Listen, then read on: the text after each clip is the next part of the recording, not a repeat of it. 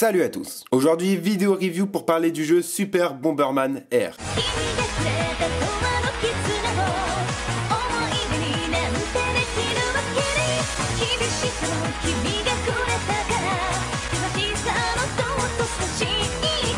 Super Bomberman Air est le Bomberman, le 33e du nom, qui est sorti lors de la sortie de la console le 3 mars 2017. Mais je n'ai pu avoir ce jeu que il y a quelques jours, c'est pour ça que je vous fais une review que maintenant. Super Bomberman Air est surtout un jeu multijoueur, car en solo vous ne pouvez pas faire grand chose. On va donc évoquer les points positifs et les points négatifs de ce jeu.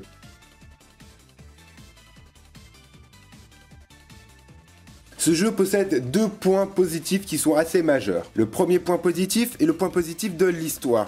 Ce jeu a un mode campagne solo qui vous permet de jouer tout seul ou avec un ami dans une campagne avec des niveaux spéciaux.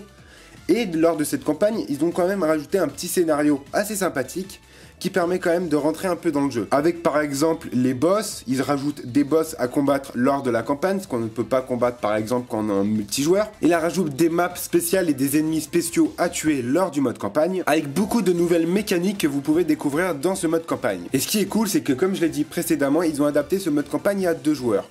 Ça veut dire que vous pouvez jouer avec un ami qui est avec vous. Le deuxième point positif de ce jeu, c'est le mode multijoueur. Le mode multijoueur de ce jeu permet vraiment de rigoler à plusieurs ensemble. J'ai pu par exemple tester avec 3 amis le mode multijoueur, donc on était 4. Et je peux vous dire qu'à 4 joueurs, c'est vraiment marrant, on peut vraiment bien jouer ensemble. Il y a aussi le mode en ligne. Le mode en ligne qui est assez stable et qui ne lock pas sur ce jeu, avec vraiment des joueurs qui tryhardent le jeu. Car comme j'ai pu le tester le mode en ligne, j'ai pu voir que beaucoup de gens jouaient beaucoup et qu'ils avaient des niveaux vraiment exceptionnels. On a l'impression qu'ils jouaient tous les jours depuis la sortie du jeu. Mais bref, tout ça pour dire que ce jeu est vraiment un jeu vraiment axé multijoueur et qui permet de se taper des bonnes rigolades entre potes.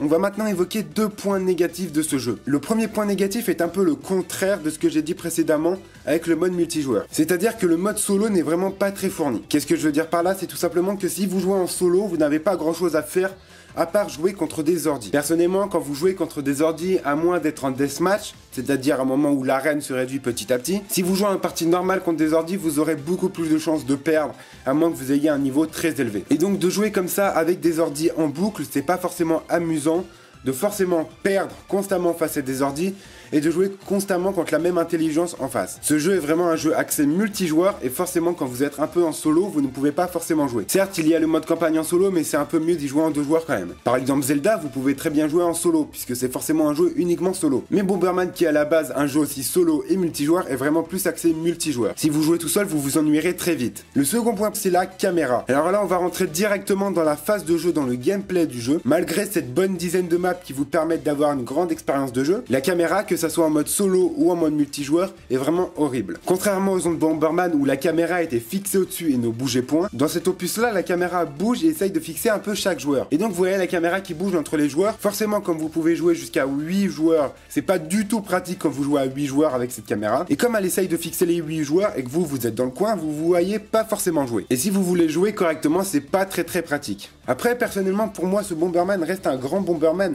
malgré ces petits problèmes de caméra et ces petits problèmes pour ne pas pouvoir jouer correctement en solitaire. Beaucoup de gens dénient ce Bomberman et le disent comme la mort de Bomberman. Après, je ne pourrais pas forcément comparer avec les autres Bomberman puisque c'est mon tout premier Bomberman de la série et j'ai donc pas forcément l'expérience des autres jeux. Mais donc si je devais donner une note à ce Bomberman, ça serait la note de 14 sur 20. Déjà, je rajoute les 10 premiers points pour les bonnes barres qu'on peut se taper en multijoueur sur ce jeu, car c'est quand même un moitié jeu solo, à moitié jeu multijoueur. Et les 4 autres points que je donne, c'est pour le mode campagne avec l'histoire qui est quand même un peu recherchée et certaines choses qui sont assez cool dans ce mode histoire. Mais bon, la caméra et la perte du mode solo est quand même pas mal là pour faire perdre les 6 points restants. Si un jour vous avez vos potes, vos colocataires, etc. qui viennent, c'est le moment de sortir Bomberman et de faire une bonne nuit blanche. Une nuit blanche où vous allez vous amuser sur un bon jeu multijoueur. Et donc voilà, c'est terminé pour cette review de Super Bomberman Air. Si vous avez des points négatifs, des suggestions ou des points positifs, n'hésitez pas à les proposer dans les commentaires. Bien sûr, de préférence pour les proposer, il faudrait d'abord avoir le jeu. Mais si vous l'avez pas et que vous avez déjà vu des gameplays, vous pouvez quand même proposer. Et donc sur ce, je vous remercie du visionnage et je vous donne rendez-vous à la prochaine vidéo. Sayonara!